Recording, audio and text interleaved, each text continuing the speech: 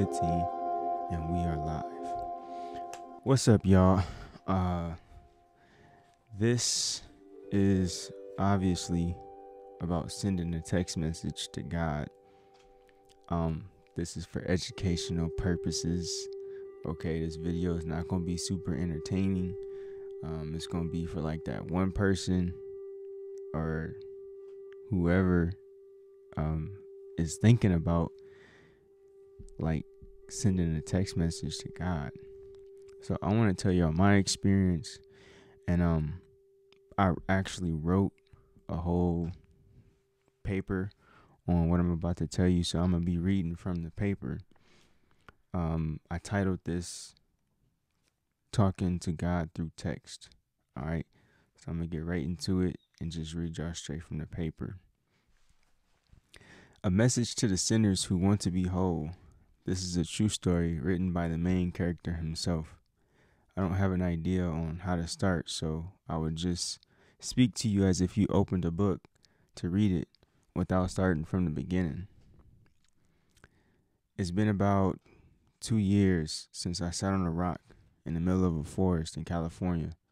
That day I quit my job as a lead engineer and manager for one of the biggest cannabis startup companies in Los Angeles. My conviction that day was so strong, I walked away from a paycheck of about $2,500 and from a month's salary of about $5,000. I was never called to be a drug dealer, but at that time, I was profit driven because I wanted a better life, and the pride within myself wouldn't let me see life from any other way. I knew in my heart that from the first day I started working in the industry that drugs were bad. I never smoked or did any drugs until the last year of 2019. I got high on an edible gummy bear. I thought it was just a gummy bear. So please understand I'm not drug addicted and I don't enjoy doing drugs, but after being around cannabis for over 3 or 4 years, you get comfortable with things. My gateway drug was CBD, an oil extracted from the flower of the plant that makes your nerves, mind, and everything about you grow calm and relax. The company I first managed made CBD caramel squares of 50 to 300 milligrams. And every day at work, after being peer pressured into trying this drug that doesn't make you high, so they claim, I got comfortable with it. And because it didn't make me high, and I honestly didn't notice anything at all, it was just like a snack. If you go to work every day and there's a snack bowl, you pick what you want, just like that. And I was snacking on these CBD chews every day. So that's how I got comfortable with cannabis. Then fast forward a year and a half later, I was comfortable doing indica, sativa, and vape pens. And because these things were at no cost to me, I enjoyed the pleasure of doing them, selling them, creating the products of cannabis for a living. I don't want to go too far into this part of my life because there's something more important I aim to share. So the starting of this process, my conviction that drove me to quit my job, had a lot to do with seeing the youth strung on drugs that I helped to produce and witnessing the destruction that followed behind their lives as well as the village as a whole. I felt like I had blood on my hands, contributing to the downfall of my own people. But that day I realized that God had already been showing me much more. The things I was awakened to would drive a sane man to wearing a tinfoil hat. And I say that with no pun intended. My mind was far from unstable, and everything about my life was out of alignment with the Spirit. The day I quit my job was like the day I took the devil's chains off of my ideas about what's more important in life.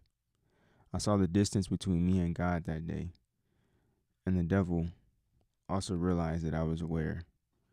So the next 3 weeks, I suffered depression, thoughts of suicide, anxiety.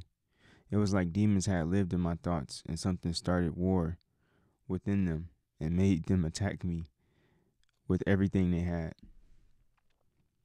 Those 3 weeks after quitting my job, those 3 weeks of suffering proved to me that demons are very real. Hell is very real, and God is also very real, and Jesus Christ is very real. There are some things only experience can teach you. In those weeks in September of 2019, I suffered hell on earth in my mind. I began to lose my hair. I lost all the people around me. I lost compassion for my mother struggling. I lost hope in all of life. I really can't describe on paper how much I suffered. But during those 3 weeks, I cried out to God, more through text than with my voice. What led me to write this one-page book was during my attempt to organize the clutter of paper, notebooks, files, and everything else business-related on my desk. I read the notebook of all the sins I wrote down that day, the day I quit my job. I also read the text I wrote to God. Under the passage of sins, I wrote above it. I had written all the names of the women I slept with and all the lustful thoughts I dealt with. Everything I knew wasn't holy, I wrote it down. And under it, I wrote to God, please take them away. This was September 2019. And I wrote this in November of 2020. And today I deal with no thoughts of lust when I lay my eyes on a woman. The text I wrote to God didn't just stop at taking the sin away. I also wrote things I wanted to become and how I wanted to be made new. And today, reading back all the messages I wrote on paper to God, I've become those things. This process didn't happen overnight, and it also didn't happen how I imagined it would. But the inspiration and the purpose of this small one-page book is for you to understand that you can connect with God through text. If you text the Lord, our Father in heaven, He will reply with transformations in your life. And with the trend of today with texting, I think it's easier than ever to send God a text message. It is now May 2021. So I wrote this about 2 years ago, and it is still relevant today. Like I said, that day, I had picked up this paper that I had wrote all of my sins on. The same day I quit my job, I went to the forest and sat on a rock in the United States, California, Los Angeles, and Topanga Canyon to be exact. And all the sins I looked at and said, this is not who I am. This is not what I want to do. Lord, created me a new heart. Make me a man of character, honesty, integrity. And although the journey didn't go how I imagined it would, if I look at my life today, God definitely answered that text message. And He still is answering that text message. So, if you ever thought that you couldn't text God, you actually can.